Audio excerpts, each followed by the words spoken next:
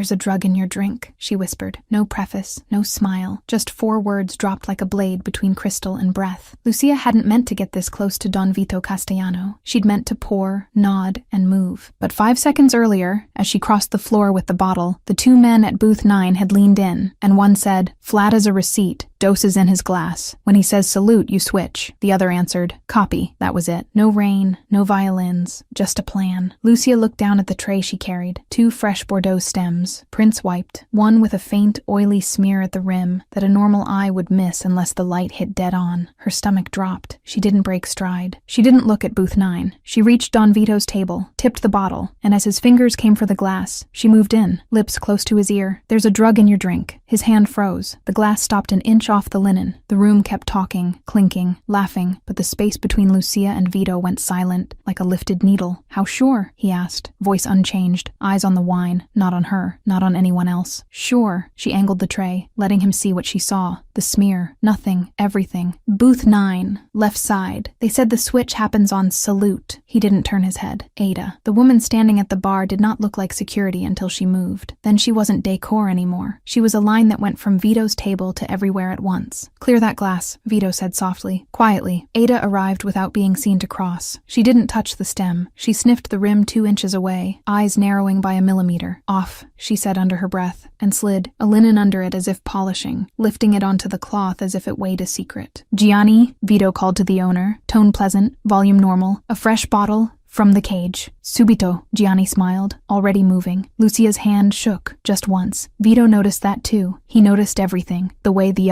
2 men at booth 9 were suddenly very interested in their water, the way the bartender reached for a towel that wasn't there, the way the pianist repeated a chord because he'd missed the downbeat when Lucia spoke. "Finish pouring," Vito said, still the perfect guest. "My friends are thirsty." Lucia poured for the table, Vito's consigliere dom, his shoulders like wire, Marco, whose watch disappeared under his cuff every time he breathed, 2 other men who smiled too evenly. She didn't pour for Vito. He lifted his untouched glass, the clean one, and gave Lucia a look so quick it could be mistaken for courtesy. "Grazie," he said. Then he turned his face to the room. "Friends," he lifted the glass half an inch. "Tonight," Lucia's heart slammed. "Don't say it," she said, barely moving her mouth. "We remember to tip our wait staff," Vito finished lazily, not speaking the word that would have signaled the switch. The room laughed. His eyes didn't. "Eat, drink," he told his table. "Not that one." A ghost of a smile toward the linen-wrapped stem Ada held like a bomb. Ada passed the suspect glass to Luca at the bar, a man who wore barman like a disguise, and Luca slid it under the counter. A strip test appeared, touched, darkened a shade it shouldn't. He nodded once toward Ada. She nodded once toward Vito. Poison. Or worse, something that made a man forget the next hour and hand a pen to the wrong document. Booth 9 didn't leave. That told Lucia 2 things. There was a second move, and the first had been meant to be quiet. Her tray buzzed. No, her pocket. She slipped her hand into her apron and pressed the screen with her thumb without looking down. "Unknown number. Drink his sip for him, sweetheart." "Show us it's safe." Her skin went cold. Another message arrived before she could breathe. Or, "We ask your sister to do it." Lucia didn't have to look up to know booth 9 was watching her face. She didn't have to search to know the camera dot. Between the mirrors wasn't theirs. It was Vito's. And that whoever texted her had more than a plan. They had her name. Vito's voice arrived at her shoulder, as if he'd stepped into her pocket. "Something else?" She didn't nod. She did nothing a watcher could clip. She let the phone rest against the tray, screen hidden by her forearm, and placed the bottle down. "They want me to drink," she said, tone level, as if reciting specials. "Or they know my sister." Vito's smile didn't change. "Dom," he said, "we're doing the small room. Now." Dom didn't argue. He never argued in public. He stood, stretching like a man ready to go smoke, and took 2 steps toward the hallway that led to a private dining room used for proposals and problems. Vito rose a heartbeat later. "Friends," he announced to the nearest tables, "I'm going to ruin someone's night." Laughter he didn't wait for. He looked at Lucia. "Bring the bottle." "Of course," she said. Ada slid in on Lucia's other side. "Stay between us," she murmured. Eyes forward. They moved. Vito first, Lucia a half step behind his shoulder, Ada trailing. Marco fell off his chair like he'd forgotten his coat and appeared in the periphery, a hinge in a suit. The restaurant hummed, a polite organism pretending nothing interesting ever happened in public. Booth 9 stayed seated, which meant someone else was moving. The private room door clicked. Dom held it. Vito entered, then Lucia, then Ada, then the door shut. Sound cut to carpet and breath. Phone, Vito said. Lucia handed it over. He read the messages once. He didn't ask if she had a sister. He looked at Dom. 2 shooters if it goes loud, he said. 1 in the kitchen corridor, 1 outside the alley exit. The busboy is theirs. The bartender is ours. Booth 9 is a face. Real play is the switch, which failed, Dom said. Already dialing without moving his hands. Already pulling up eyes in places Lucia had never noticed. Plan B is to scare her into making Plan A look safe, Vito went on. The logic, crisp and cruel. Make her drink. Prove the glass is fine. We need the vial. We need the hands that touched it. We need the voice that typed, "Sister." Ada opened a leather kit that looked like a check presenter. Inside wasn't a pen. It was a fold of swabs, small vials, a pale strip of plastic with squares that turned colors when asked the right question. She pulled a new stem from a clean rack, poured a finger of the suspect bottle, the one they had not used, and touched the strip. 1 square bloomed faint blue. Sedative, Ada said. Benzos plus something custom. It won't kill. It will erase. Lucia's stomach turned. Why not kill him? Vito looked at her, and for the first time his voice had something like warmth under the steel. Because a dead man is a war. A soft man signs papers. The kind of betrayal that pays. Her phone buzzed in his hand again. He let it. He typed, "Quick, put it in my glass yourself if you're so brave. Set your timer. Watch me drink." Dom's eyebrow ticked. "You sure?" "What they want is control," Vito said. "What they fear is proof." Ada nodded. "We swap the decoys. We give them a show." He handed Lucia her phone back. "You are going to walk out with a single glass. You're going to put it in front of me at the main table. You're going to say, 'To family.' You're not going to flinch. And no one is drinking anything." Lucia swallowed. "They'll push. Let them push." He stepped closer, and the room shrank to his eyes and her pulse. "You saved my life with 4 words. Now you save your own with 10 toes and a straight spine. Do you understand?" She did. She hated that she did. "Yes." Ada placed the decoy glass in Lucia's hand. It weighed the same as the others. It wasn't the same. Its rim had been prepped with the faintest film of bittering agent, the taste of medicine without the medicine. "They'll see your mouth touch," Ada said. "You will not swallow. You will set it down. You will step back." Lucia nodded. "What about my sister?"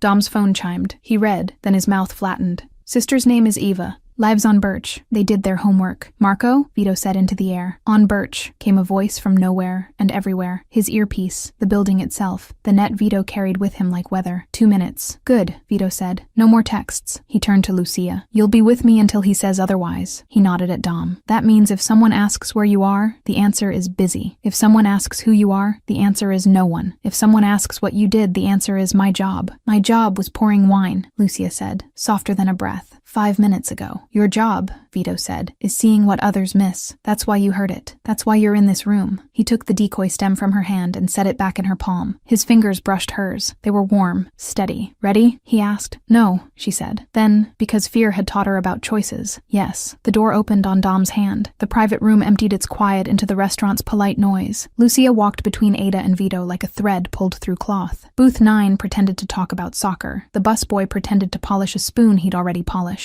The pianist hit the chorus he always hit when he didn't know what else to do. Lucia set the glass in front of Don Vito. The table went still the way animals go still before a storm. "To family," she said. Words steady, face calm, heart a drum. Vito raised the glass. Booth 9 leaned forward. Somewhere, a phone lit up to record. Vito's eyes never left Lucia's. He tipped the rim to his mouth and stopped half a heartbeat before the touch, as if listening to something only he could hear. Across the room, the busboy turned toward the kitchen exit. Ada's hand shifted. Booth 9 stood. The glass kept moving.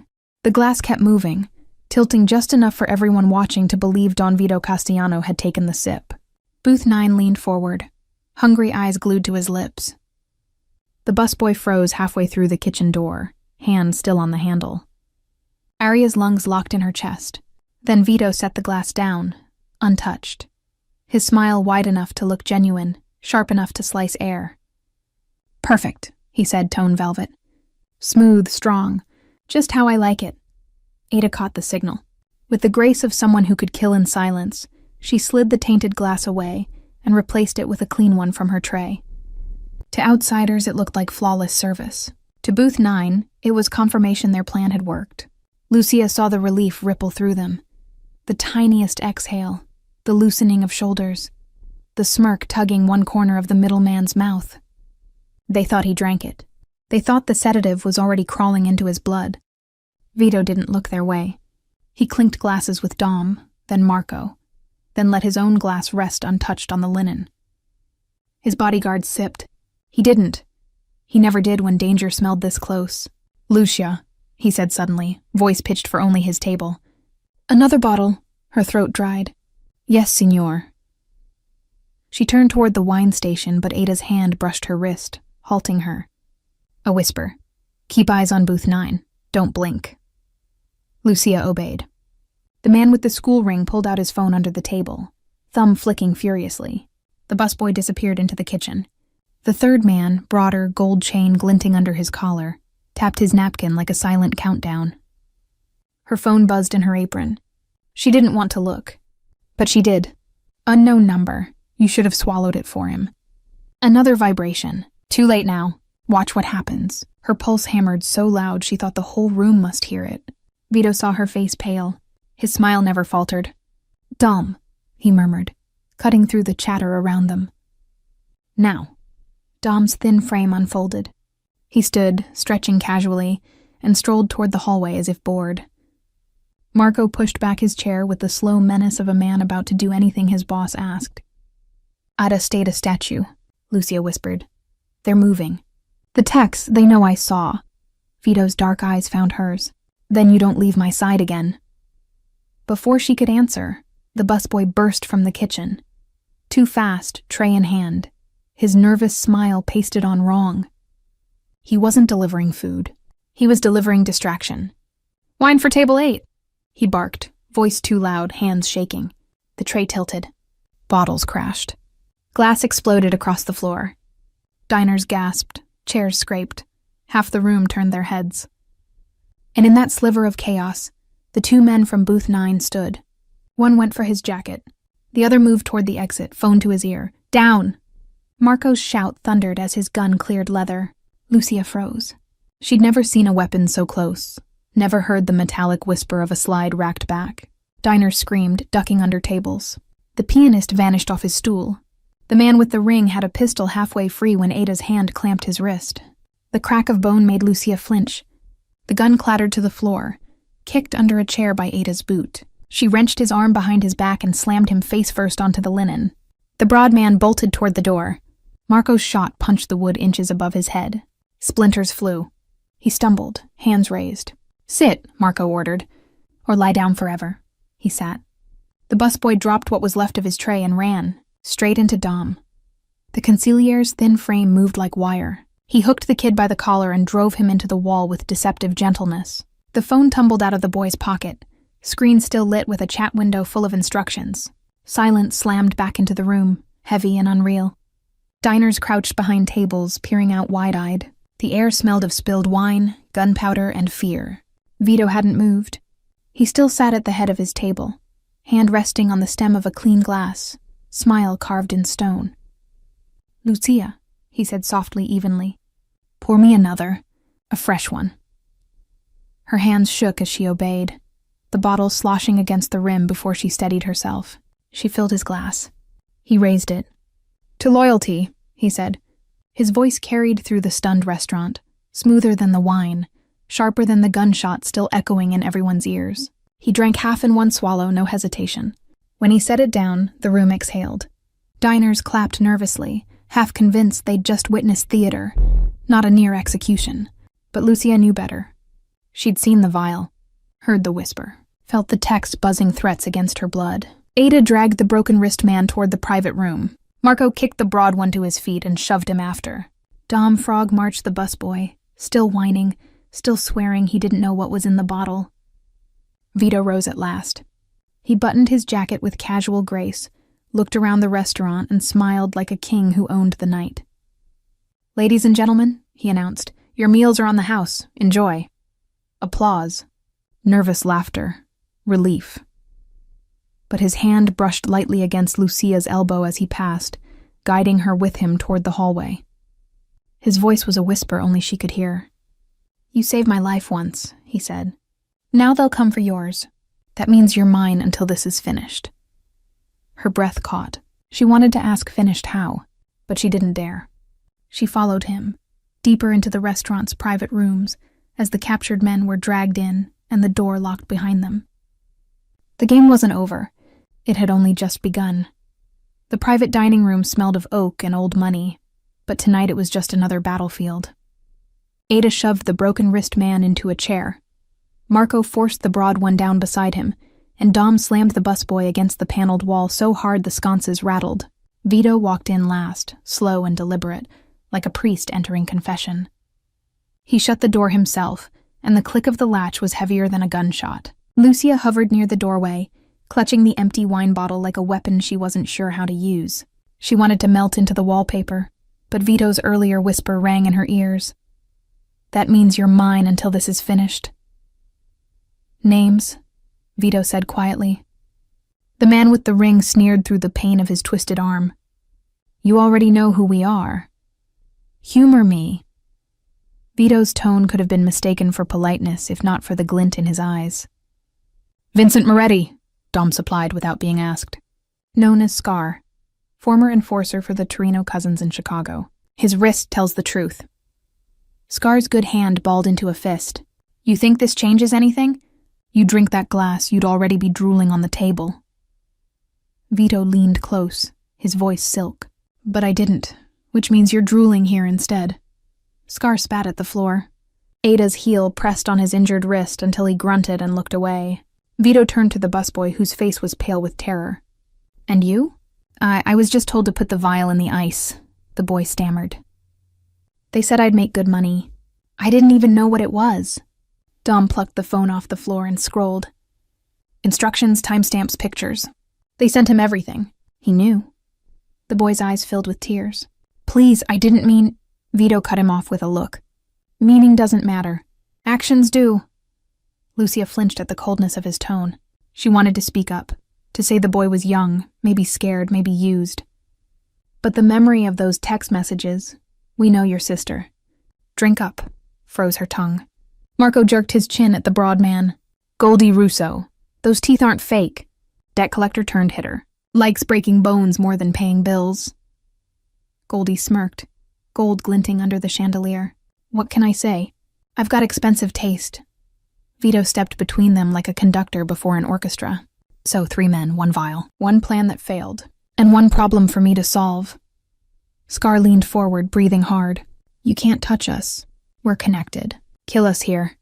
You start a war with Chicago." "Chicago already started it," Dom murmured. Vito's smile didn't reach his eyes. "I don't need to kill you tonight, Scar. I only need to know who sent you." Scar pressed his lips together. Ada twisted his arm again. The wet crack made Lucia's stomach turn. He gritted his teeth through the pain. "Carmine Torino. He wanted proof you could bleed. That's all." "Carmine," Vito repeated softly, like tasting a wine he'd once enjoyed and now found sour. Always too ambitious for his own good. Lucia's chest tightened. She didn't know Carmine, didn't know Chicago politics, but the way Vito said his name carried history. The busboy sobbed. "Please, I didn't know it was Mafia business. I have a sister." Vito's gaze slid to Lucia, and her heart stopped. "A sister," the word cut deep. Did he already know about Eva? Of course he did. Men like him always knew. He moved closer to her, speaking so low only she heard. "They used your blood as leverage. That makes it personal." She shook her head faintly. "Don't hurt her." "I won't," he said simply. "But they will try, which means you stay with me, or you'll both vanish." Her knees felt weak. She gripped the wine bottle tighter. Scar laughed then, a jagged sound. "Look at you, Castellano, hiding behind waitresses now. She's your weakness. We'll carve her name on your grave." Before anyone else could react, Vito's hand shot out and wrapped Scar's throat. He didn't squeeze. He didn't need to. His calm stare was enough to chill the air in the room. "You almost made me say salute tonight," Vito said softly. "That mistake cost you your freedom. Don't make another that cost you your tongue." Scar's face darkened. He stopped laughing. Vito released him and turned to Dom. "Send word to Carmine. Tell him his little experiment failed. And tell him he just made it to the top of my list." Dom nodded, already typing. Goldie shifted, chains rattling. "So what happens to us?" Vito smiled without warmth. "That depends on whether you're more useful alive or silent." Ada dragged Scar to his feet. Marco pulled Goldie up. The busboy whimpered as Dom yanked him toward the back corridor. "Take them to the cellar," Vito ordered. "I'll decide later." The men were marched out, their protests swallowed by the thick walls. The door shut, leaving only Vito and Lucia. Lucia had never seen a house like this in her life. The Castellano estate rose behind iron gates and manicured hedges like a palace airlifted into the modern city. Marble lions flanked the entrance. stone eyes watching as the black sedan rolled through. Guards in dark suits stood at discreet angles on the lawn, radios tucked into their collars, weapons invisible but inevitable. Lucia sat stiff in the back seat, her canvas bag on her lap. She had packed exactly what Vito told her to. One change of clothes, her work shoes, and nothing else. Even the photo of her and Eva taped to the fridge felt too dangerous to take. She kept her hands tight on the bag strap, as if that simple canvas tether was the only piece of her old life she had left. "Breathe," Ada murmured from beside her. The woman hadn't stopped shadowing her since the night at La Fenice. "You look like you're walking into your own funeral." "Maybe I am," Lucia muttered. Ada's expression didn't change. Better this than the alternative. Scar wasn't lying. Carmine Torino doesn't leave loose ends. You'd already be in a ditch if Vito hadn't claimed you. Claimed. The word burned. The car stopped at the grand steps. Marco opened her door and offered a hand. She hesitated before taking it, acutely aware that every guard's gaze tracked her like a spotlight. Inside, the estate smelled of polished wood and expensive cigars. Chandeliers glittered above sweeping staircases. Portraits of long-dead Castellanos glared from gilded frames. It was beautiful, overwhelming, and suffocating. "Don Vito is waiting in the study," Marco said. "This way." Lucia followed him through a maze of corridors. Each turn revealed another guard, another camera, another reminder that freedom had been traded for protection. Finally, Marco opened a heavy double door and gestured her inside. The study was less intimidating than the rest of the house, but only barely. A mahogany desk stretched across the room, papers neatly stacked, maps pinned to the wall behind it. Vito stood at the window, jacket off, sleeves rolled to the forearms. He turned as she entered, dark eyes sweeping her like a scan. "You came," he said simply. "You didn't leave me much choice." A shadow of a smile touched his lips. "Good. Choice is a luxury in our world. Survival is the priority." He gestured to the leather chair across from his desk. "Sit." She did, perching on the edge like she might need to run. Vito poured 2 glasses of deep red wine. He pushed one toward her. "Relax, it's clean." Lucia wrapped her fingers around the stem but didn't drink. "I don't want to get used to this." "To what?" "This." She gestured to the desk, the wine, the fortress around them. "Being part of this." Vito studied her for a long moment. "You already are. The moment you warned me, you crossed a line. You can't go back." Her throat tightened. "So what happens now? You lock me here until Carmine gives up?" Vito leaned forward, elbows on the desk, his gaze sharp. "Carmine won't give up. Men like him only stop when they're stopped. Which means we end this on our terms." Lucia swallowed. "We?" "Yes." His voice softened, but it carried weight. "You're bait and shield both. You've seen their faces. You're their excuse to come back. Which means you're also the trap we'll close on them." She shook her head. "I didn't ask for this." "No one asks," Vito cut in, his tone steel. "Do you think I asked to inherit this family when my father was gunned down in front of me? Do you think Ada asked to bury her brother after Carmine's men slit his throat? We don't ask, Lucia. We survive. And survival demands loyalty." The word hit like a chain tightening around her throat. "Loyalty," she repeated. Vito's gaze didn't waver. "To me, to this family. It's the only way you live through what's coming." Silence stretched. Outside the window, rain tapped the glass like fingernails. Finally, Lucia spoke, her voice barely above a whisper. "And my sister?" "She's already under guard," Vito said. "Marco sent men last night. She's safe." For now, relief shuddered through her, chased quickly by dread. If Eva was under Castellano protection, she was tied to this world too. Vito watched her reaction closely. "You understand now. You're not just a waitress anymore. You're a piece on the board. And pieces move when I say." Her stomach turned. "What if I refuse?" For the first time, he leaned back and laughed. Not cruelly, just like someone who'd heard a child threaten to stop the tide. "Then Carmine finds you in a week and puts you in the ground." "That is refusal." Lucia stared at him, at the gold watch gleaming on his wrist, at the faint scar under his chin. He looked like a man who had carved his life out of stone and dared the world to take it back. Finally, she lifted the wineglass and drank. Just one swallow, but enough to make his lips curve. "There," Vito said. "You're already learning." The door opened. Dom entered, thin and sharp as ever. He placed a folder on the desk. "Surveillance from last night. Carmine's people made contact with Scar's crew weeks ago. He's been planning this move carefully." Vito flipped through the photos. Grainy shots of Scar in a Chicago bar, Goldie on a payphone, the busboy meeting a man in a parking garage. Each page tightened the knot in Lucia's chest. "They won't stop," Dom said. "Even after last night. Especially after last night. Carmine hates being humiliated. He'll come harder." "Good," Vito said, voice calm. "Let him. We'll be ready." Dom nodded. "The Venetian Hotel. Tomorrow night. Their annual gala. Carmine's men won't resist. It's too public to kill you, but perfect to snatch her." He glanced at Lucia. Her stomach dropped. "Me?" Vito's eyes locked on hers. "Yes, you'll be visible. Protected.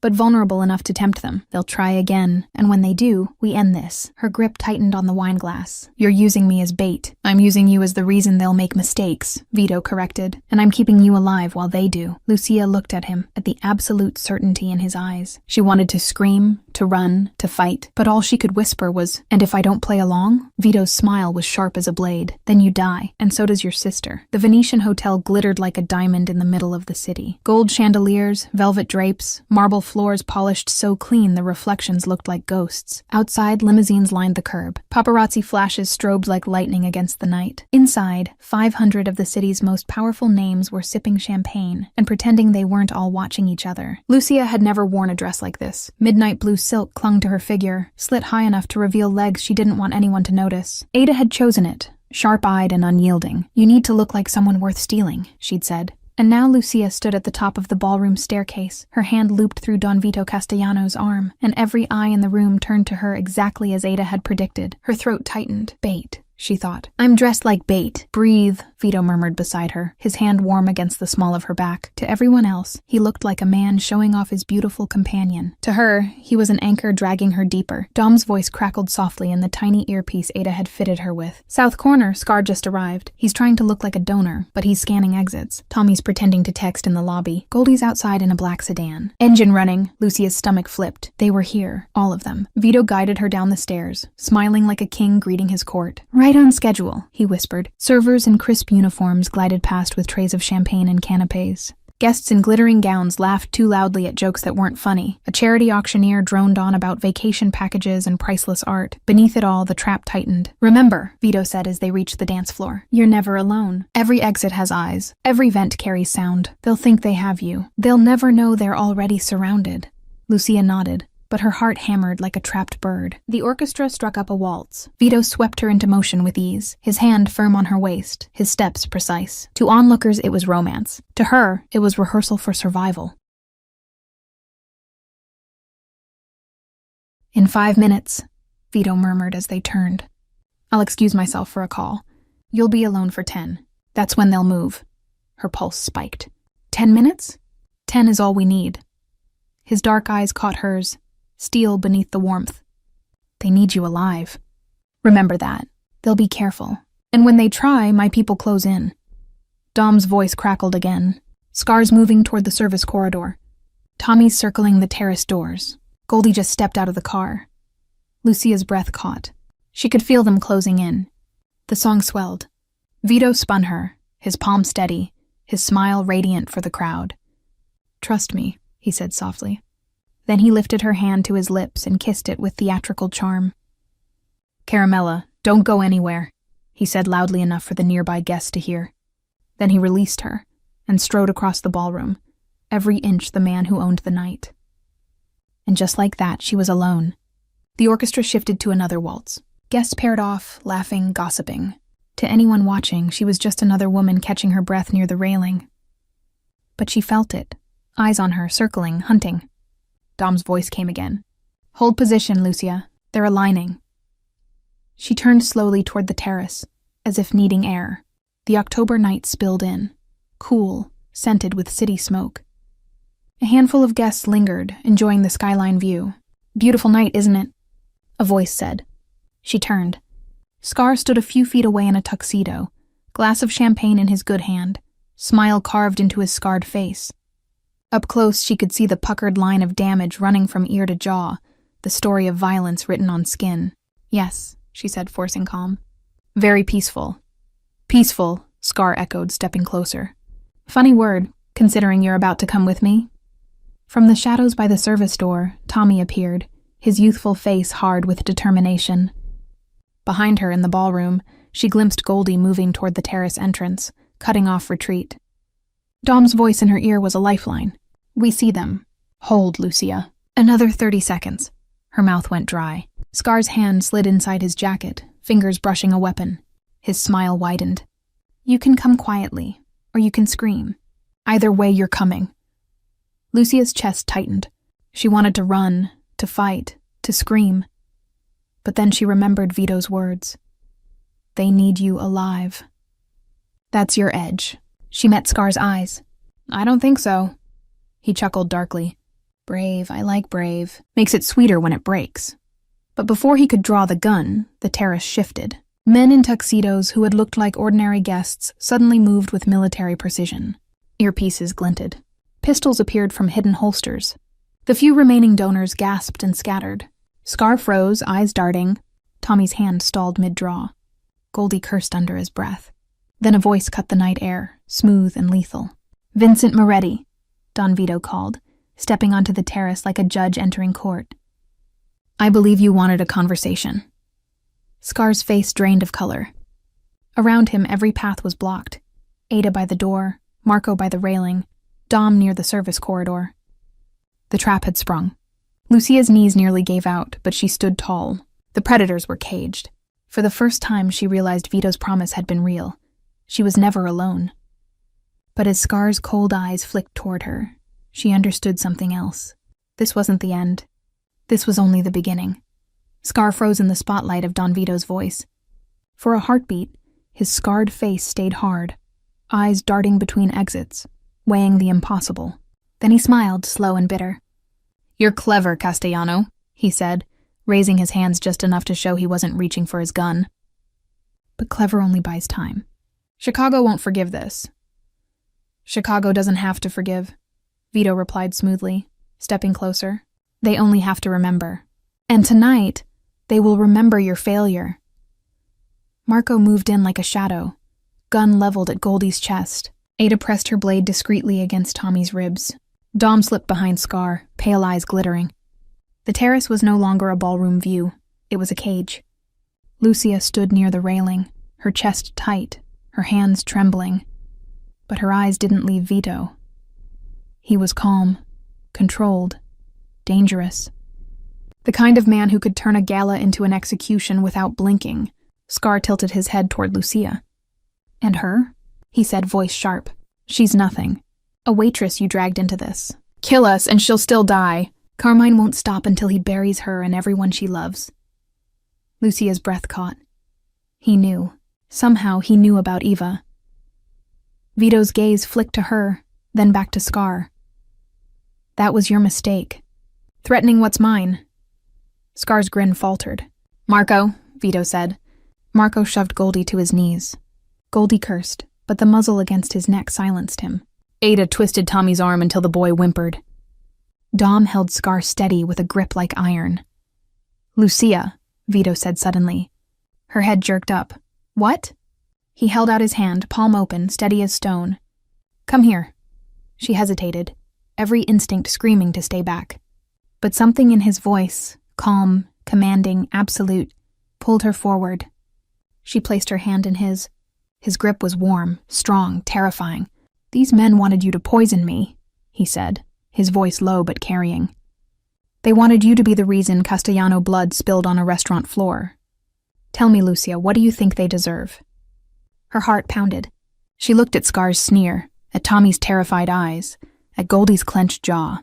She thought of Eva's name lighting her phone, the words, "We know your sister." "I think," she whispered, voice trembling, "they deserve nothing." Vito smiled faintly.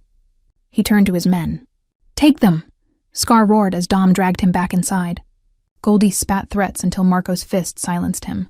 Tommy cried out, begging as Ada shoved him through the door. Then the terrace was empty, but for Lucia and Vito. The night air heavy with city lights and unspoken promises. Lucia pulled her hand back, shaking. "What happens to them?" Vito's gaze lingered on the city skyline. "That depends on Carmine. If he wants them back, he'll have to crawl. And when he does, I'll cut his legs out from under him." Her stomach turned. "So you'll kill them." "Or use them," Vito said calmly. "Tools, leverage, examples. Death is quick. Fear lasts longer." Lucia swallowed hard. She wanted to argue, to say this wasn't justice, it was vengeance. But she couldn't forget the texts. She couldn't forget how close Vito had come to raising that glass. He stepped closer, lowering his voice. "You see now, don't you? You can't go back to your old life. You saved me. That means you belong in this world, whether you want it or not." Her eyes stung. "I didn't want this." "No one ever does," Vito said softly. "But some are chosen." Before she could respond, Dom returned. his thin frame cutting through the night. "The men are secured. Carmine will hear by morning. He'll know he lost." Vito nodded. "Good. Make sure he also knows why." Dom's gaze flicked to Lucia. "And her?" "She comes home with us," Vito said firmly. "She's under my protection now." Lucia shivered at the word. Protection. It sounded safe, but it felt like chains. As Vito guided her back inside, applause rose from the ballroom, the oblivious guests assuming the interruption had been nothing more than theatrics for the charity gala. The orchestra played louder, the auctioneer resumed, the glittering world turned as if nothing had happened. But Lucia knew everything had changed. Back at the estate hours later, she stood in front of a mirror, dress draped across a chair, hair falling loose. The ring Vito had given her, heavy gold with the Castellano crest, rested on the vanity. She hadn't put it on yet.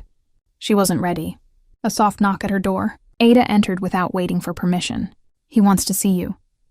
Lucia's chest tightened. Now? Now! She followed Ada through silent hallways until they reached the study again. Vito was at his desk, sleeves rolled, a glass of untouched whiskey in front of him. Maps and photographs littered the surface. Carmine Torino, his men, their operations. He looked up as she entered. "Lucia," her voice trembled. "What happens next?" He leaned back, eyes never leaving hers. "Next we prepare for war. Carmine struck first. I'll strike last. And me? You'll stand beside me," he said simply. "Because you're not just a waitress anymore. You're the reason I'm alive. That makes you part of this family." Lucia's throat tightened. "And if I don't want to be?" Vito's smile was sharp as broken glass. "Then you're already dead." Morning sunlight poured through the estate's high windows, but inside Don Vito's study the mood was darker than midnight. Scar, Tommy, and Goldie had been locked in the cellar since the gala, their muffled curses echoing through stone walls. Lucia hadn't slept. Every time she closed her eyes, she saw Scar's scarred grin, Goldie's teeth flashing like coins, Tommy's frightened face. And worse, she saw Eva, alone in her apartment, unguarded, vulnerable. She gripped her phone so tightly her knuckles went white. Vito had promised Eva was safe, but no text had come. No proof, only silence. The door opened. Marco stepped in, broad shoulders filling the frame. "Boss wants her." Lucia followed him to the study. Vito sat behind his desk, a spread of photographs laid out like cards in a deadly game. Carmine Torino's face stared up from the center, eyes cold even in grainy black and white. "Lucia," Vito said, looking up. "Sit." She sat on the edge of the leather chair, hands clenched in her lap. "Did you find out anything?" Vito gestured to the photos. "Enough. Carmine sent Scar to test me, to weaken me, to humiliate me. Now that they've failed, Carmine has no choice but to come harder, which means we decide where and how he strikes." Dom entered quietly, thin as ever, holding a folder. "Intel from our people in Chicago. Carmine made calls last night. He's furious, but he's also careful. He knows Scar's crew are in our hands." Lucia leaned forward. "So what happens to them?" Vito's eyes locked on hers. "They'll live for now. Dead men close doors. Living men open them. We'll use them to draw Carmine in." Lucia's stomach churned. She hated the way he said "for now." Dom placed the folder on the desk, opening it to reveal intercepted messages. One line stood out in bold red. "The sister is leverage. Use her to smoke them out." Lucia's blood ran cold. "Eva," she whispered. Vito's expression darkened. "Marco?" Marco nodded. "She's under guard. My men checked in 2 hours ago. She's fine." "Fine isn't enough," Lucia snapped, her fear exploding into anger. "They know about her. They'll keep trying until Carmine is dealt with," Vito cut in. His voice was steady, but his eyes burned. "And he will be." Lucia's chest heaved. "She didn't ask for this. She doesn't deserve, neither did you," Vito said softly.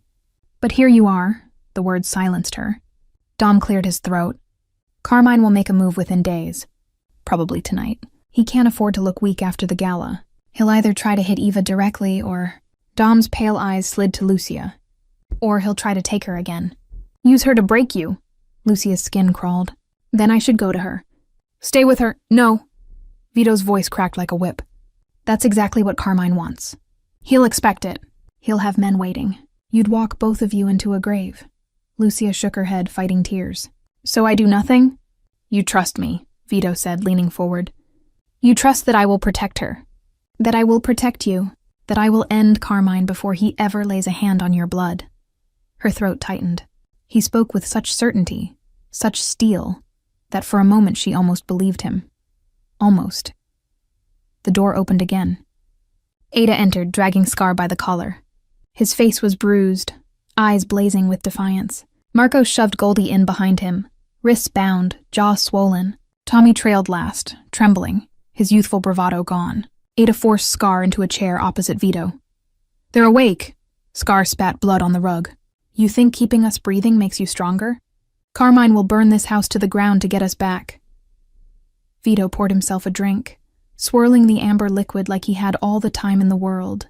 He'll try, and when he does, I'll bury him in his own fire. Scar laughed bitterly. You're finished, Castellano. Everyone knows you got soft. Taking in waitresses, protecting nobodies. You're not your father. The words hung heavy. Marco tensed. Dom's jaw twitched. Even Ada's expression flickered. Vito didn't move. He sipped his drink, set it down, and leaned forward. You're right, he said calmly. I'm not my father. Scar smirked. I'm worse. The silence that followed was suffocating.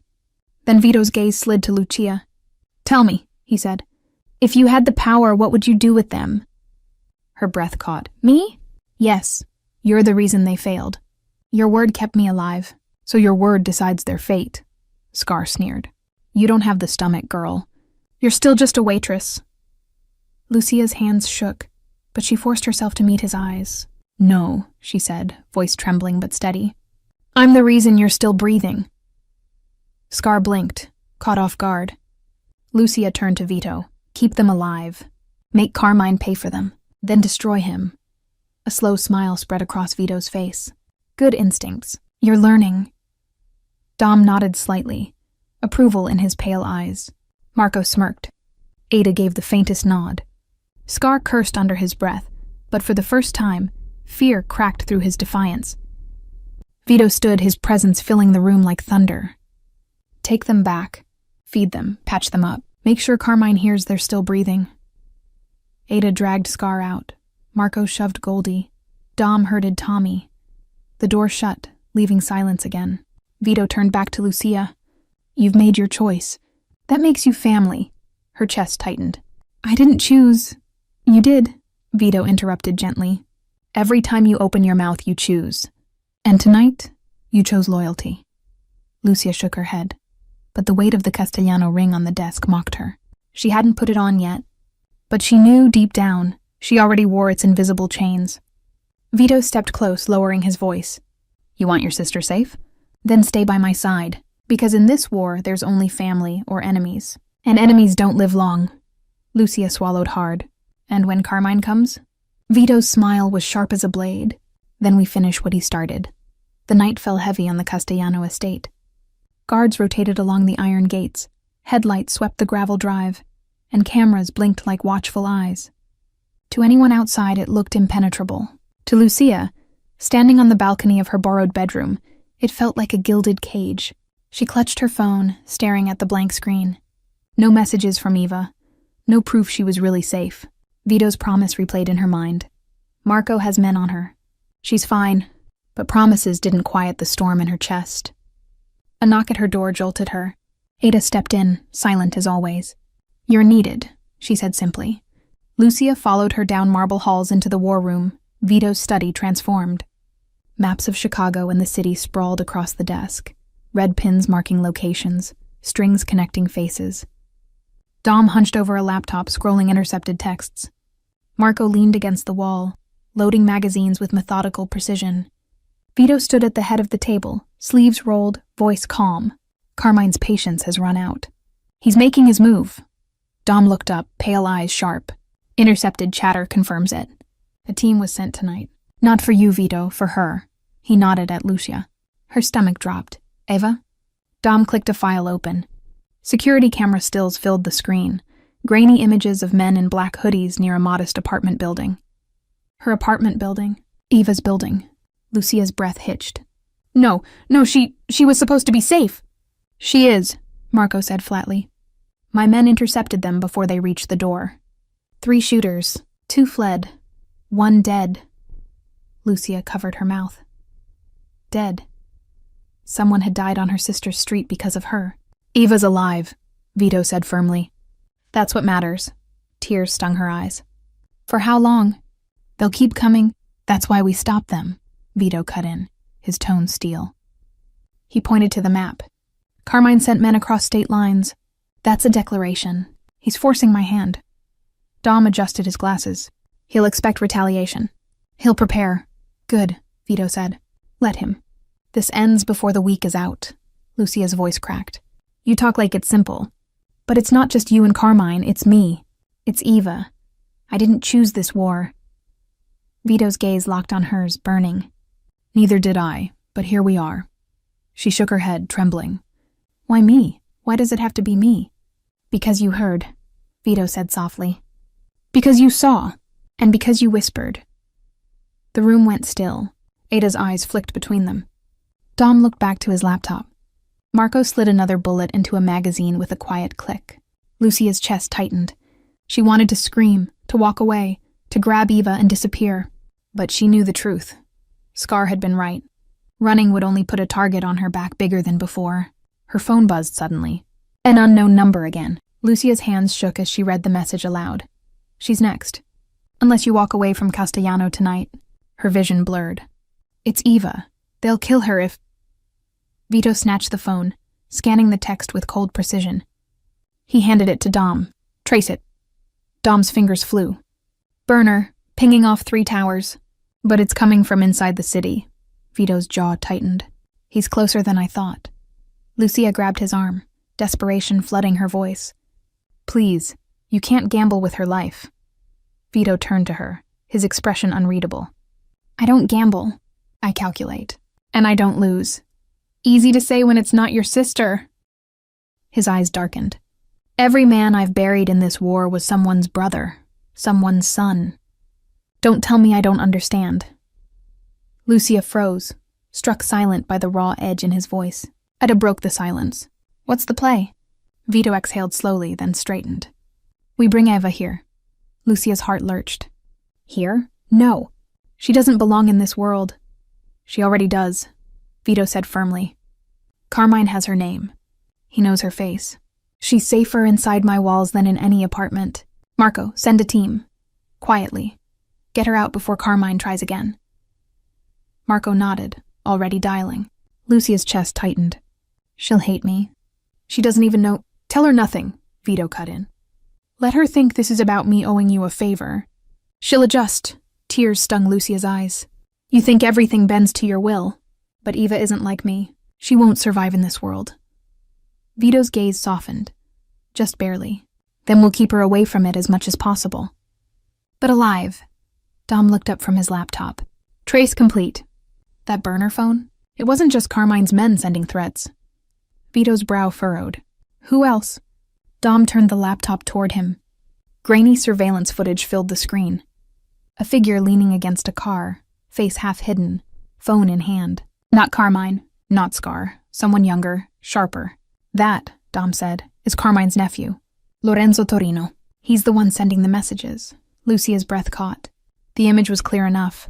A man in his late 20s, handsome, cruel eyes fixed on the phone screen.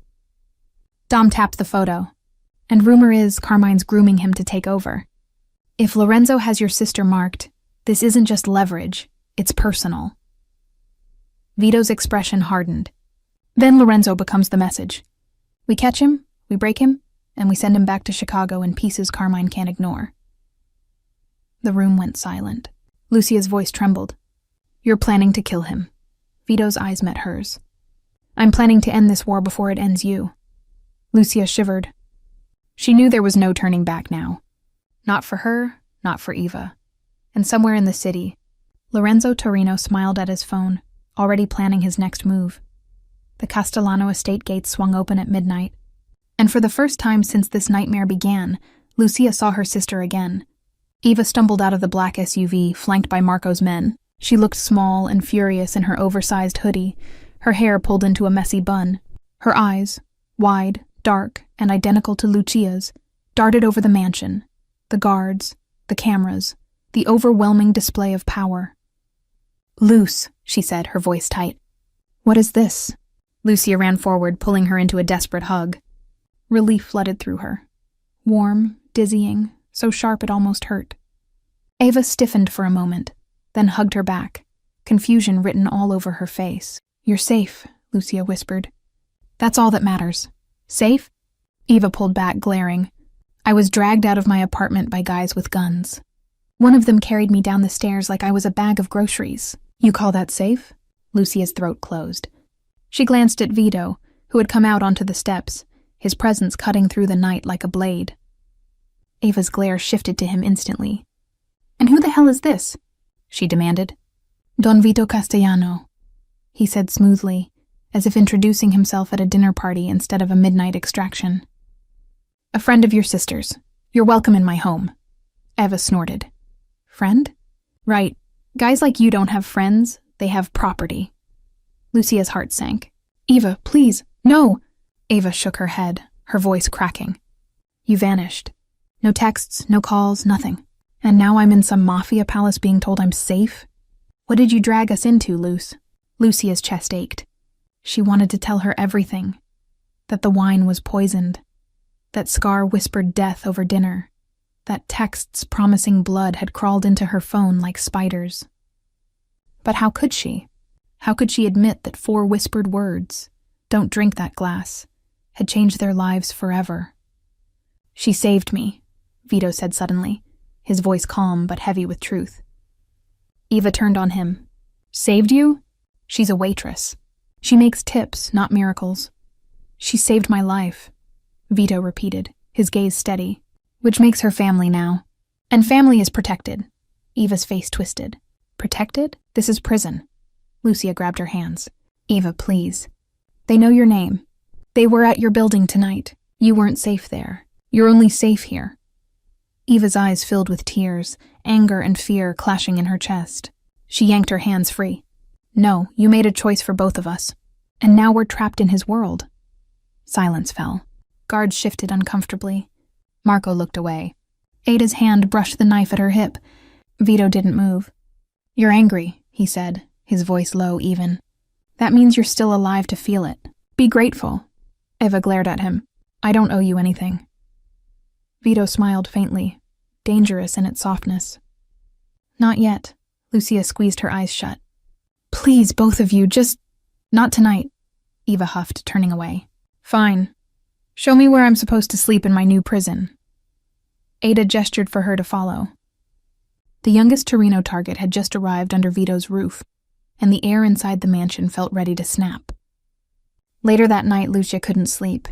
She sat on the edge of her bed, listening to the hum of security cameras outside, the distant footsteps of guards. She replayed Eva's words over and over. "You dragged us into this." Her phone buzzed again. Unknown number. Her stomach dropped as she opened it. "Did you like the reunion?" She froze. Another buzz. "Your sister looks just like you." Easier than I thought. Lucia's blood turned to ice. "No?" A third buzz. Turned to the window. Heart hammering, she moved to the curtains and pulled them back.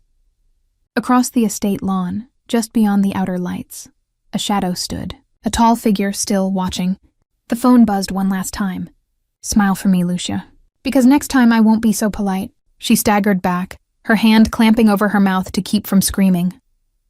"Lucia!" She jumped. Vito stood in her doorway, silent as a ghost, his eyes narrowing as he saw her face. "What is it?" Wordlessly, she held out the phone. He read the messages, jaw tightening. His gaze snapped to the window. By the time Marco arrived, the shadow was gone.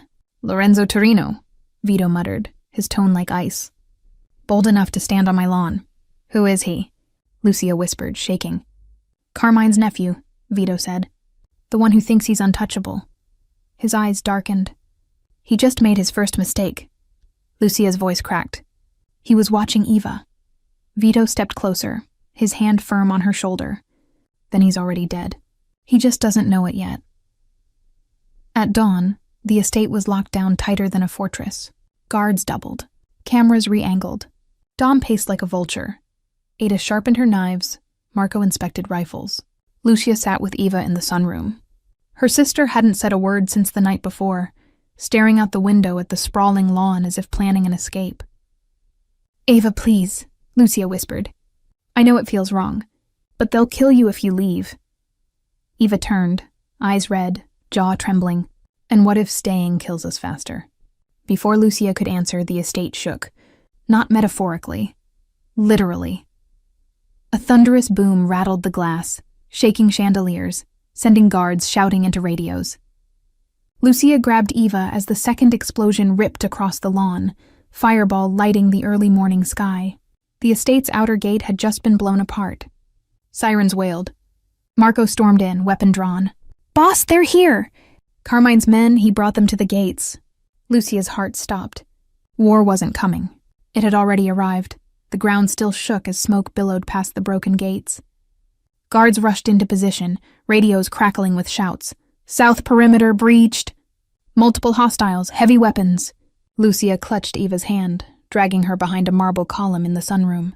Her sister was sobbing, terrified, eyes locked on the fiery glow spilling into the estate grounds. "Luce, what's happening?" Eva cried. Before she could answer, Marco stormed in, rifle raised, his voice steady despite the chaos. "Boss says lock the sisters down. We'll hold the front." "No," Eva screamed, yanking her arm. "I'm not hiding in some cage while people shoot outside." "Eva," Marco snapped. "This isn't a debate. You move or you die." Lucia tightened her grip. "Please, just listen." But Eva's eyes blazed. "Listen? To him? To you? This is insane." Another explosion rattled the walls, shattering a chandelier in the hall. Eva shrieked as glass rained down, but Marco grabbed them both, muscling them toward the reinforced door at the back of the sunroom.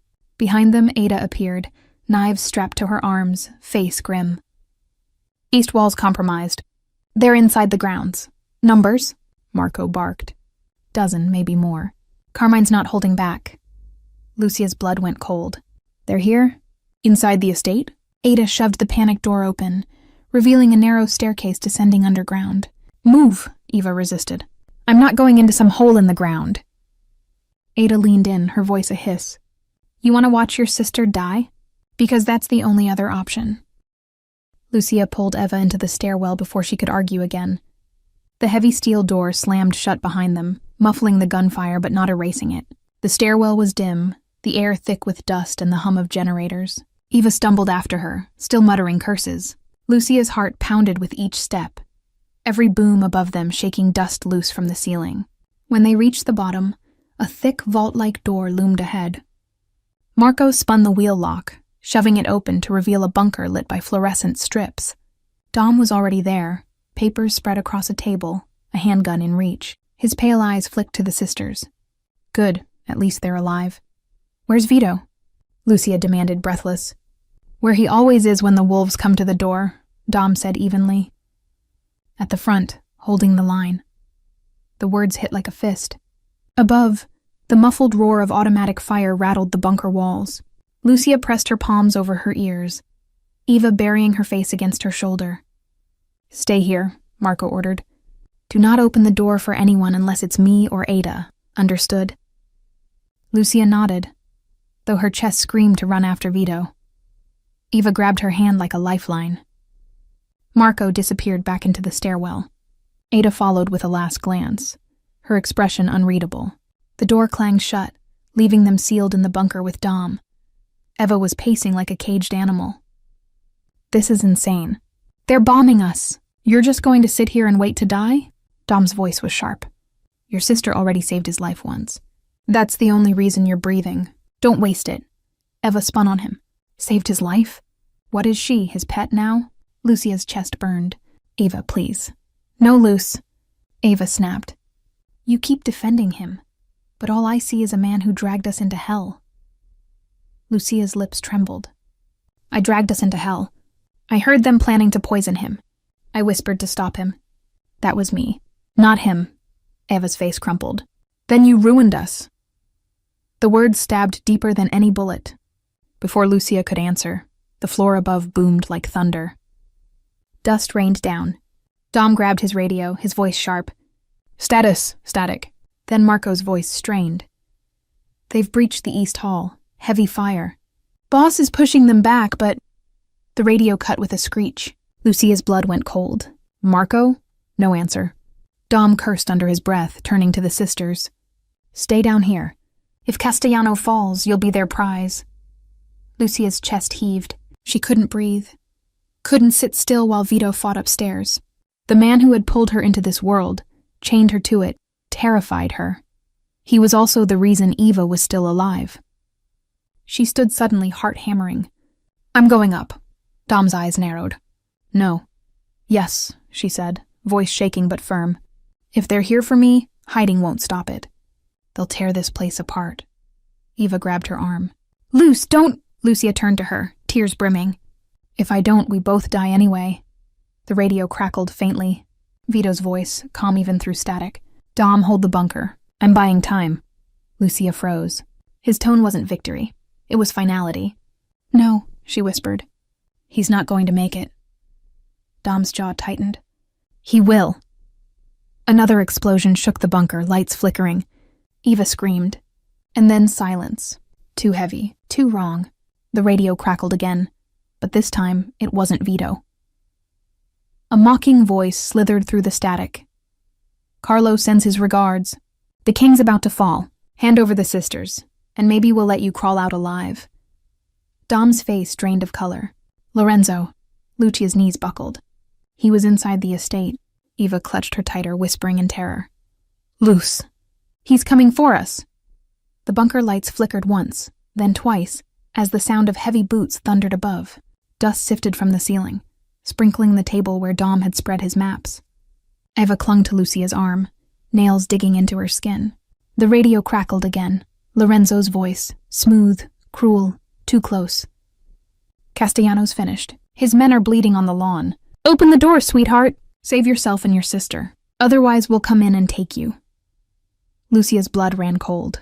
He was talking directly to her. Dom's pale eyes snapped to the steel vault door. He moved like a blade, quick and efficient, stacking files, sliding a pistol across the table toward her. Lucia stared. I don't know how to... You'll learn fast, Dom said. Point and pull. That's all that matters, Eva gasped. You're giving her a gun? She's never... The bunker walls shook violently, cutting her off. Metal groaned. The reinforced door bulged inward with the force of explosives. Breaching charges, Dom muttered. He racked his own pistol, calm as death. When it blows, stay low. Aim for legs, not heads. You're not soldiers, but you can slow them.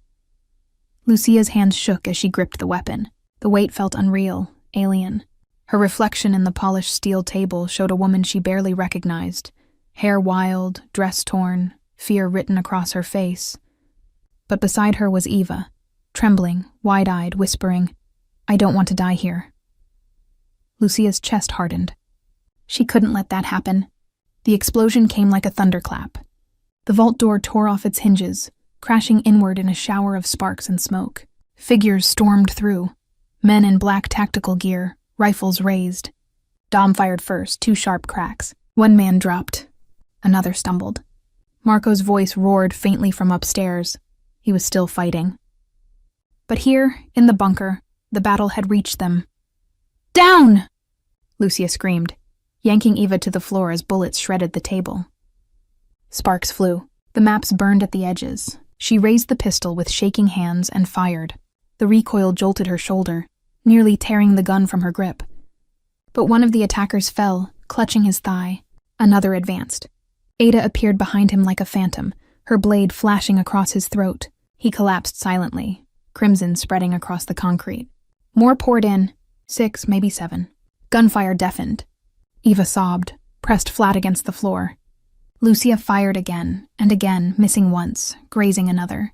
Her ears rang, hands numb, but she didn't stop. Through the smoke, a tall figure stepped into the bunker. No mask, no gear, just a tailored black coat, a pistol in one hand, his smile sharp as broken glass. Lorenzo Torino. He looked young, barely older than Eva, handsome in a cruel way. His eyes locked instantly on Lucia, glinting with amusement. There she is, he said, his voice cutting through the chaos like silk. The waitress who thought she could play in men's games. Dom aimed, but Lorenzo's shot was faster. The bullet smashed into the table inches from Dom's hand, forcing him back. "This isn't your fight, old man," Lorenzo said smoothly. His pistol never wavered. "It's hers," Lucia's chest heaved. "Leave my sister out of this," Lorenzo chuckled. "Your sister? Sweet girl. Looks just like you. I could almost mistake her for you if the lights were dim." Ava whimpered. Shut up!" Lorenzo snapped, his tone sharp enough to slice. His eyes flicked back to Lucia. "Here's the offer. Walk out with me and Eva lives. Stay here and she dies screaming." Lucia's stomach twisted. She raised the pistol, her hands trembling. "If you touch her..." Lorenzo tilted his head, amused. "Look at you, pretending you can pull that trigger again. Tell me, Lucia, did it feel good? That first one you shot? The way he fell?" Her hands shook harder. "Shut up!" "Or maybe it scared you," Lorenzo taunted, stepping closer. "That's better. Fear makes you mine, just like it made your precious Don Vito's men mine. They're dying upstairs right now." The words stabbed deep, but before she could respond, a new sound filled the bunker. A single gunshot, loud, final. Lorenzo staggered, his pistol slipping from his hand. His coat darkened at the shoulder where blood blossomed. Behind him, framed in the smoke and broken steel, Don Vito Castellano stepped into the bunker. His suit was torn, his face streaked with soot, but his eyes were fire. He held his pistol steady, smoke curling from the barrel. "Nobody touches what's mine," Vito said, his voice low and lethal. The room froze. The attackers glanced at each other, faltering. Vito moved like death itself. 2 shots, 2 men down. Another lunged with a knife, only to collapse as Ada buried her blade in his ribs.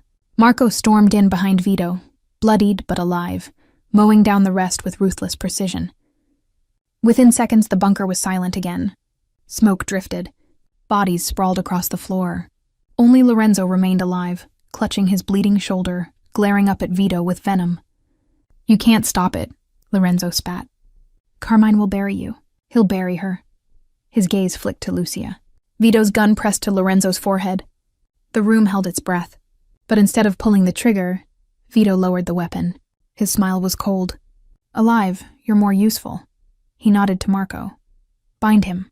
He'll bring Carmine to us." Marco hauled Lorenzo up, chains biting into his wrists. Lucia dropped the pistol, her arms trembling violently. Ava crawled into her arms, sobbing, clinging like a child. Vito's eyes found hers across the bunker. And in that moment, through smoke and blood, she understood. She wasn't just part of this war anymore. She was the reason it would end. The bunker reeked of cordite and blood. Smoke still hung in the air, stinging eyes and lungs. Guards dragged bodies out one by one, the scrape of boots and groans of the wounded echoing down the narrow stairwell. Lucia sat on the floor, Eva curled against her chest, both of them shaking in silence. The pistol she'd dropped lay a few feet away, black metal against the concrete like a reminder of what she'd done, what she'd become. Vito stood in the center of the room, soot-stained and bloodied, but his presence was unshakable. He watched as Marco chained Lorenzo tighter, iron cuffs digging into flesh. Lorenzo's smirk never left, even with blood soaking his sleeve. "You think keeping me alive wins you anything?" Lorenzo taunted. "Carmine will scorch the earth to get me back. He'll tear this city apart." Vito's gaze was cold steel. "Good, let him come. For once he'll walk into my fire instead of the other way around." Dom slid a chair into the room, setting it in front of the table. He gestured for Lorenzo to sit. Marco forced him down, Ada standing behind like a shadow with her blade poised. Eva flinched at the sight. "Luce," she whispered, her voice cracking. "We shouldn't be here. This isn't our world." Lucia stroked her hair, trying to soothe her, but her own voice was unsteady. "It doesn't matter anymore. We're in it." Vito turned, his eyes locking on them. For the first time since the siege began, his expression softened, just barely. "You're alive. That's all that matters." Lucia looked up, her heart hammering. "For how long? They'll come again. They won't stop until Carmine is finished," Vito said, cutting her off, his tone absolute. Lorenzo chuckled darkly. "You're dreaming, Castellano. You think this little fortress makes you untouchable? Carmine has allies. Politicians, cops, judges. You won't know where the bullet's coming from until it's in your skull." Vito's smile was thin. "Then I'll make sure he never pulls the trigger." He leaned closer, his voice low, dangerous. Tell me where he's hiding. Tell me where he keeps his war chest. Do that, and maybe you'll see Chicago again. Lorenzo spat blood onto the floor. Go to hell. Ada's knife kissed the side of his neck. You'll get there first, she said flatly. But Vito raised a hand, stopping her. No, he stays breathing, for now. Dom adjusted his glasses. Boss, if we hold Lorenzo, Carmine won't retreat. He'll escalate. This war ends one of two ways. We bury them, or they bury us. Vito nodded once. Then we bury them. The words rang through the bunker, final as a death sentence. Hours later, after the last flames outside were extinguished and the dead cleared from the estate grounds, Lucia stood alone in the courtyard. The night was eerily still now, broken gates replaced with armed guards and temporary barricades. Ava refused to leave her side, clutching her arm as if letting go meant being swallowed whole. We have to run, Luce, she whispered. Now, before it's too late. Lucia shook her head, her throat tight. There's nowhere to run, don't you get it? They'll find us anywhere. Then we disappear. Change our names. Leave the country. Lucia almost laughed at the absurdity. With what money? With what papers? And with Carmine hunting us like animals? Eva's tears shimmered in the moonlight. I don't care about money. I just want you back. I want us back. Lucia pulled her into a hug, holding her tightly. I want that too, she whispered. But that life is gone. Behind them, a door opened. Vito stepped into the courtyard, his jacket replaced, his presence still commanding despite the exhaustion lining his face. Lucia, he called softly. She turned, Eva tightening her grip. Vito's gaze swept over them, then settled on Lucia. We move tomorrow. Carmine will regroup, and so will we. The longer Lorenzo breathes, the more desperate Carmine becomes. Eva glared at him. And what about us? What about her? Vito's eyes flicked to her, then back to Lucia. You stay here, guarded safe. Safe? Eva spat. There's no safe in your world. Just cages and guns. Vito's voice hardened. Alive is safer than dead, and your sister understands that. Lucia's chest clenched. She did understand, but Eva's hatred carved into her like knives. After a long silence, Vito stepped closer, his voice low enough only Lucia heard. You've seen what Carmine's willing to do? Threats won't stop until he's gone. You want your sister free? Then stand with me until this is over. Lucia's heart pounded. She wanted to say no, to scream, to beg, but instead she found herself whispering, and then? Vito's dark eyes held hers. Then you'll never have to look over your shoulder again. Later, in the cellar, Lorenzo laughed despite his wounds, the sound echoing off stone. You think keeping me in chains makes you stronger, but you've made a mistake, Castellano. Carmine doesn't care if I live or die. He cares about winning, and he'll bury you under bodies to prove it. Vito leaned close, his voice a whisper sharp as a knife. Then let him try. Because you're the reason I'll know where to strike. For the first time, Lorenzo's smile faltered. Vito turned and walked out, his footsteps echoing, leaving his prisoner in the dark. In her room, Lucia couldn't sleep. She stared at the Castellano crest ring on the bedside table, its gold glinting in the moonlight. She thought of the girl she'd been 2 weeks ago, pouring wine, wiping tables, dreaming of nothing bigger than making rent. That girl was gone. In her place was a woman tied to a man who waged war with cities, a woman whose sister's life now depended on whispers, guns, and choices she never wanted to make. She slipped the ring onto her finger, the weight sinking into her bones. Outside, thunder rumbled, not from the sky, but from the war drums of Carmine Torino, already marching closer. And in the silence of her room, Lucia whispered to herself the truth she could no longer deny. There's no escape. Only survival. The morning after the siege, the Castellano estate looked like a scar. Charred earth blackened the gates, broken glass glittered in the grass, and guards patrolled with harder eyes than before. But inside, war rooms never slept. Lucia stood at the edge of the study, Ava curled into a chair beside her, refusing to look at anyone. On the desk lay a single folder, delivered by a courier who hadn't lived long enough to explain it. Vito flipped it open. Inside was a letter, typed, unsigned, but stamped with a seal everyone in the room recognized. Carmine Torino. Vito read aloud, voice calm, almost amused. Return my nephew by midnight tomorrow. Fail, and I'll turn this city into a graveyard. You're outnumbered. You're outgunned. Don't test me." He folded the letter neatly, set it aside, and poured himself a drink. "He's nervous." Dom arched an eyebrow. "That's not nerves. That's a line in the sand." "Lines are meant to be crossed," Vito said. Lucia's voice cracked. "You're going to fight him, even if it burns the city down?" Vito's dark eyes met hers. "I don't burn cities. I own them. Carmine's mistake is thinking we play the same game." Ava scoffed, breaking her silence. "You're all insane. He's threatening to kill hundreds of people, and you sit here talking about owning cities." Ada leaned against the wall, arms folded, knives glinting. "Your uncle made the threat, not us." "He's not my uncle," Eva snapped. "He's not our anything. We're not part of this." But her words fell flat. Even she knew they were already too deep. Dom slid a map across the desk. "Chicago strongholds. Carmine's men run most of the west side, but his real base is the warehouse district. Cash, weapons, safe houses. Burn that and you burn him." Vito sipped his drink, studying the map with cold eyes. "Perfect." Lucia's stomach twisted. "Perfect? People live there, families, you can't just—" He cut her off. "I don't kill civilians, Lucia, but I will cut the legs out from under anyone who points a gun at me, or at you." Her breath caught. "At me? You're the reason Carmine's desperate," Vito said softly. "You embarrassed him. You gave me leverage. Now he'll throw everything at breaking you. That's why you stay close to me." Eva's voice was sharp. "So you're just going to use her? Like bait?" Vito didn't blink. "Like family." Eva stood, trembling with rage. "You keep saying that word. Family. But all I see are cages and chains. If you really cared about her, you'd let her go."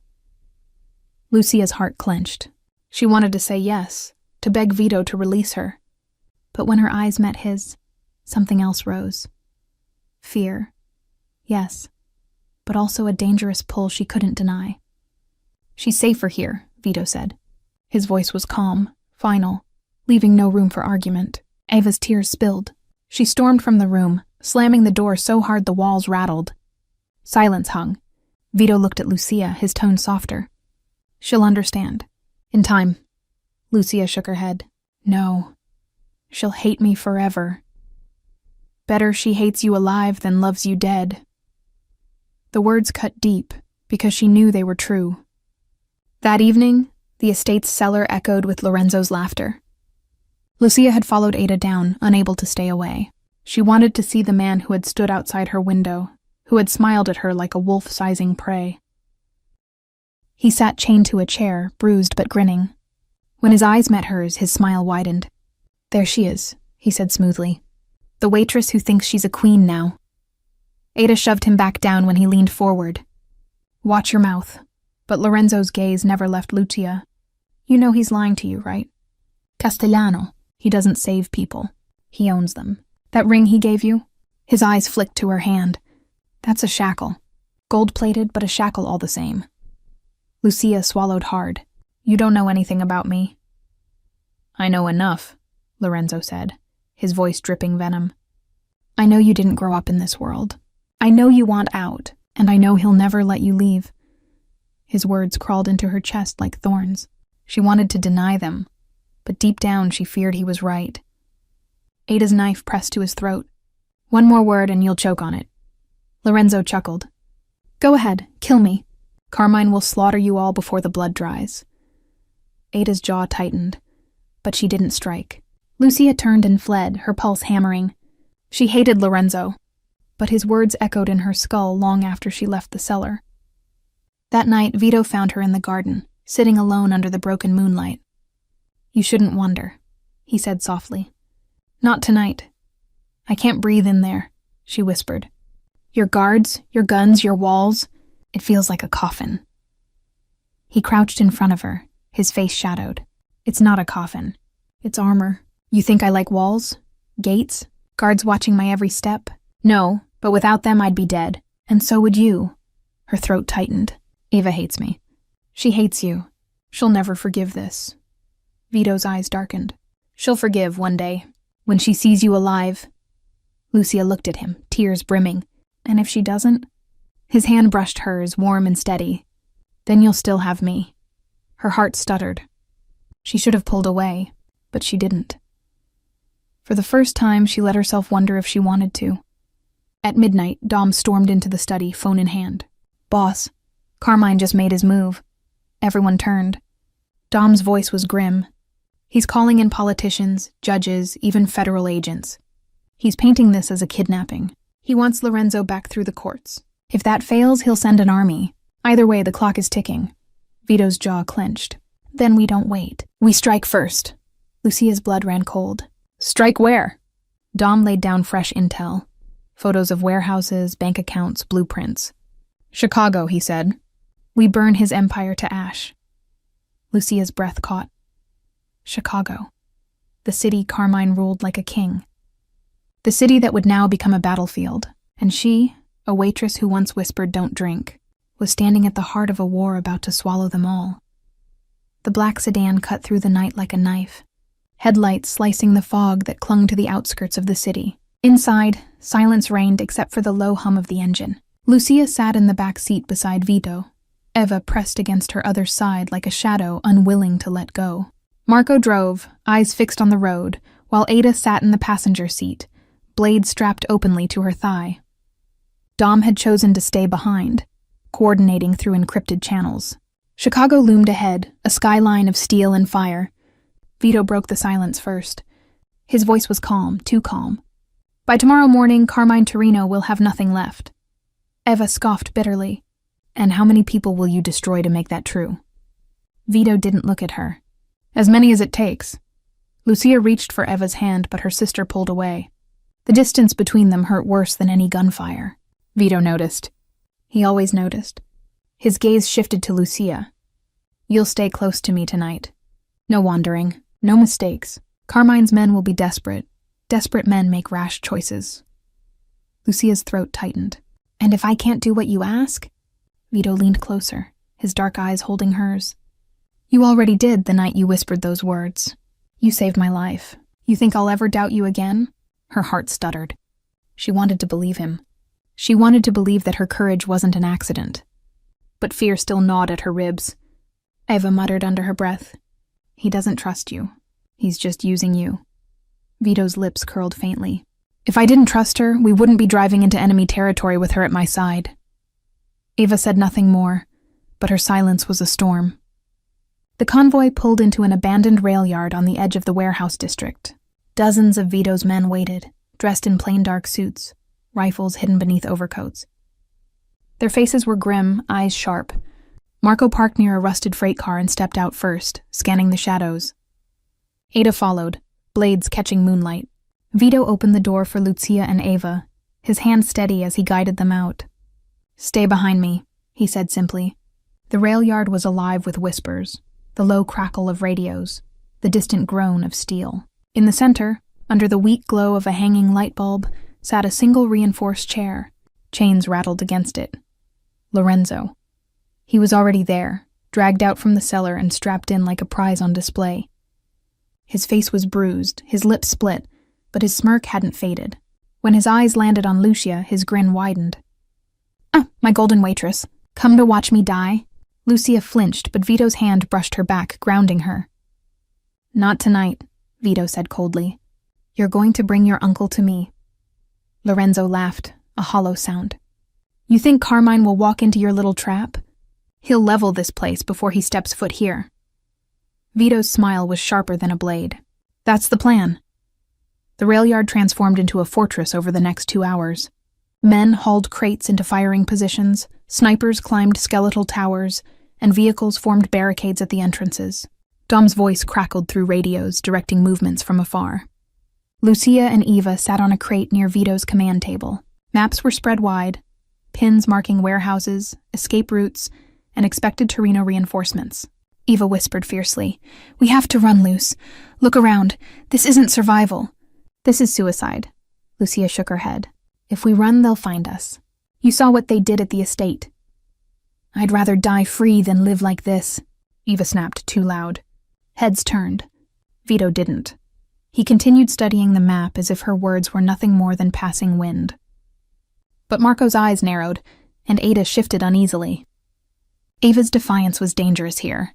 Dangerous to herself. Dangerous to them all. Lucia grabbed her hand, squeezing. Please, not now. Eva yanked free, tears burning in her eyes.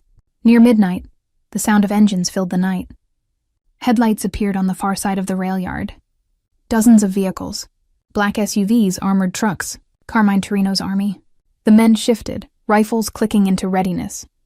The tension was a living thing, sharp as glass in the air. Vito stepped forward into the open yard, unflinching, his coat sweeping like a banner. Lucia's breath caught. He looked every inch the king of this war, unyielding, unafraid. The convoy stopped. Doors opened. Carmine Torino emerged. He was nothing like Lorenzo. Older, broader, dressed in a flawless three-piece suit that gleamed under the weak lights. His presence filled the yard, radiating command. Beside him marched his lieutenants, dozens of men with rifles in hand. When his gaze found Vito, the corner of his mouth lifted. So, the boy king of New York comes to Chicago. And he brings... what? His eyes flicked to Lucia, sharp and cruel. A waitress? Laughter rippled through his men. Lucia's chest burned with shame and fury, but she didn't look away. Vito's voice cut like steel. She's the reason you failed, and she'll be the reason you lose again tonight. Carmine's eyes narrowed. You're playing with fire, Castellano. Fire's the only language your family understands, Vito replied. The air crackled. A single spark could ignite it into war. Lorenzo laughed from his chair, chained but grinning. And here it is. The end of kings. Dom's voice crackled in Lucia's hidden earpiece. Stay steady. Wait for my signal. Her heart thundered. Eva clutched her arm so tightly it hurt. Carmine raised a hand. His men aimed rifles. Vito's fingers brushed the trigger of his pistol, his body perfectly still, and then the world held its breath. The rail yard was silent except for the hum of Carmine's engines and the cold night wind rattling through rusted steel beams. Hundreds of eyes fixed on the two men standing in the center of the open yard. Don Vito Castellano and Carmine Torino. Lucia's pulse thundered in her ears.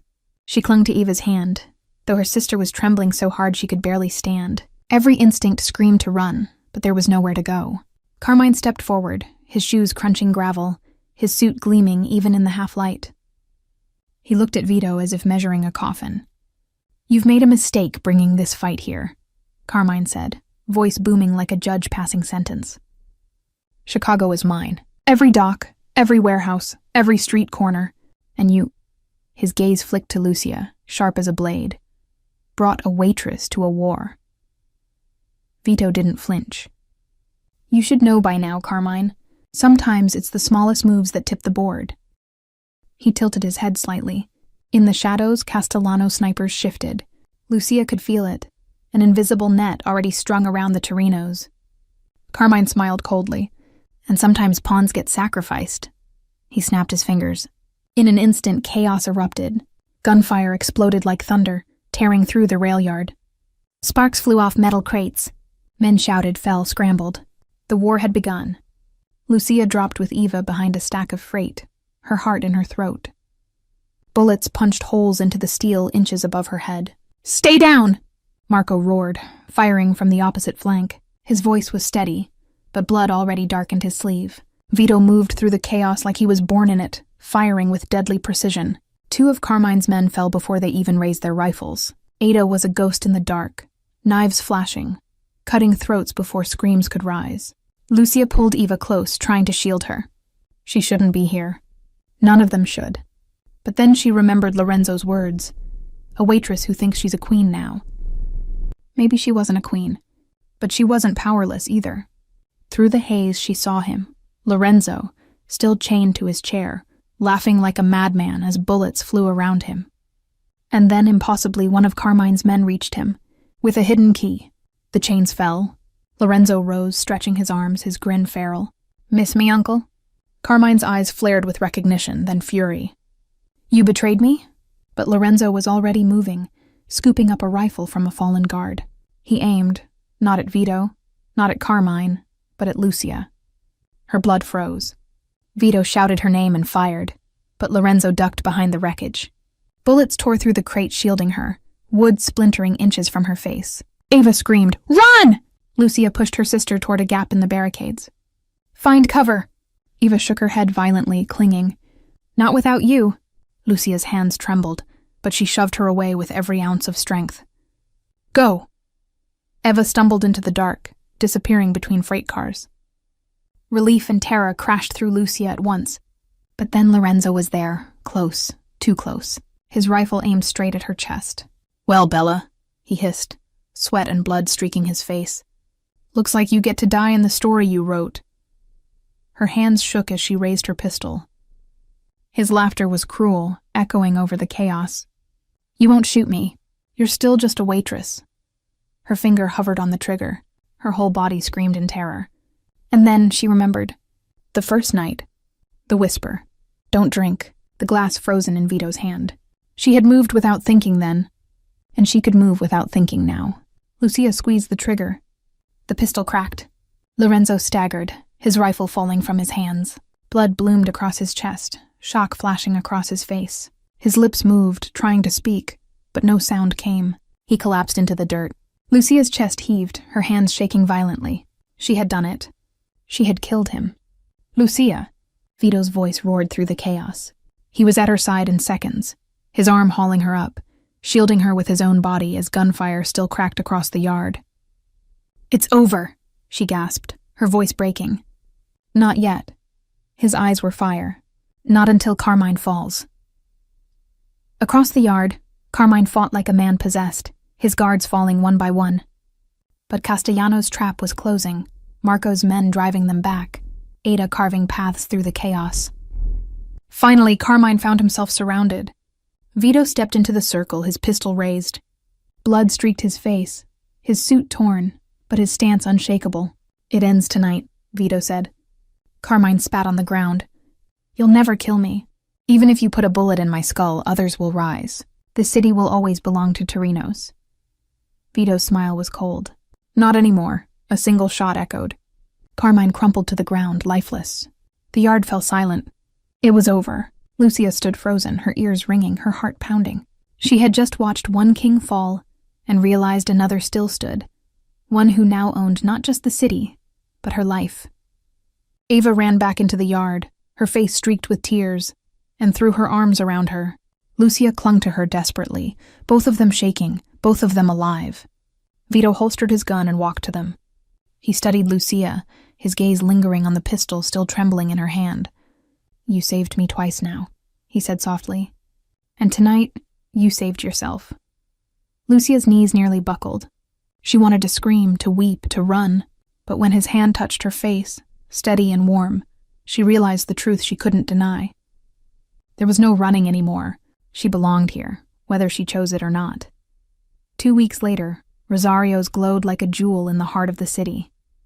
Its shattered windows had been replaced, its cracked tiles polished, its walls repainted. To anyone walking in from the street, it looked like nothing more than a neighborhood restaurant reborn. But Lucia knew better. This was no longer just a restaurant. It was a fortress, a throne room, the place where everything had begun, and everything had ended. She stood at table 4, the center of the room, smoothing the linen cloth with trembling fingers. The table where Don Vito Castellano had once nearly raised a poisoned glass. The table where she had whispered, "There's a drug in your drink." Her life had never been the same. Stop fussing. Maria's warm voice cut through her thoughts.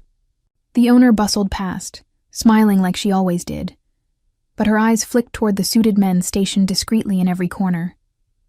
They weren't busboys. They weren't waiters. They were Castellano soldiers. Lucia smiled faintly.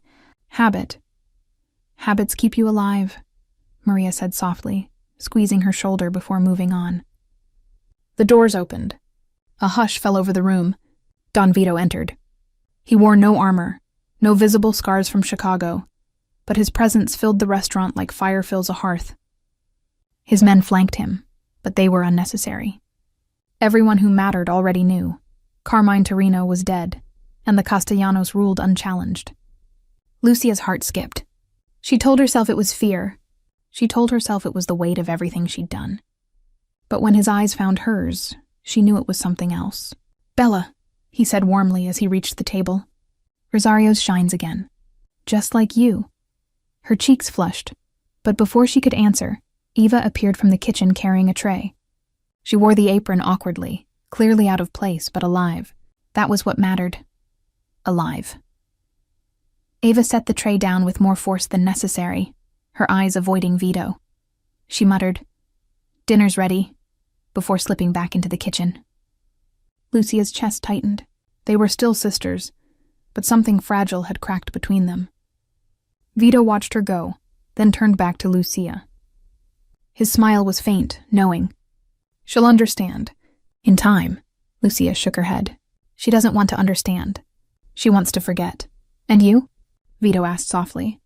"Do you?" She looked at him, at the man who had dragged her into this world, the man she had saved and who had saved her in return. She thought of Lorenzo's body hitting the dirt. She thought of Carmine's last breath. She thought of the ring sitting heavy on her finger, the Castellano crest glinting in the candlelight. "No," she whispered. "I don't forget. Not anymore." His eyes softened. For the first time, she saw not just the king of shadows, but the man beneath. The man who bore scars invisible to the world. "Then your family," he said simply. Dom appeared at his side, pale eyes as sharp as ever. He set a glass of wine before Vito, then another before her. His voice was cool. "Everything is ready. The city bows again." Vito nodded. "Good. Tonight we celebrate." He raised his glass. The restaurant hushed, all eyes turning to him. Lucia's breath caught. This was the moment. The ritual. The toast. The word that had almost killed him weeks ago. Her hand trembled around her glass. She remembered the first night, her whisper against his ear. "Don't talk." Vito's eyes met hers. He smiled faintly, knowingly. "Salute," he said. The word no longer froze her blood. This time she lifted her glass with him. "Salute." Their glasses clinked, and the sound rang like a bell through Rosario's. Soft, final, binding. Eva stood in the kitchen doorway watching. Her face was pale, unreadable. But she didn't stop them. Lucia sipped, the wine warm on her tongue. She had thought once that saving his life had destroyed hers. But now, as Vito's hand brushed hers beneath the table, steady and strong, she realized the truth. Her old life had ended that night, yes, but a new one had begun. A dangerous one, a bloody one, but one where she mattered. She wasn't just a waitress anymore. She was Castellano. Outside, the city roared with ordinary life. Cars, laughter, arguments, dreams. People rushing through their evenings with no idea of the war that had nearly burned their streets. Inside Rosario's, under candlelight and shadow, a bond was sealed forever. Lucia had learned the first rule of Vito's world. Once you were family forever. Whether that was a promise or a threat didn't matter anymore, because she chose to see it as both. And she lifted her glass again, smiling faintly. "Salute."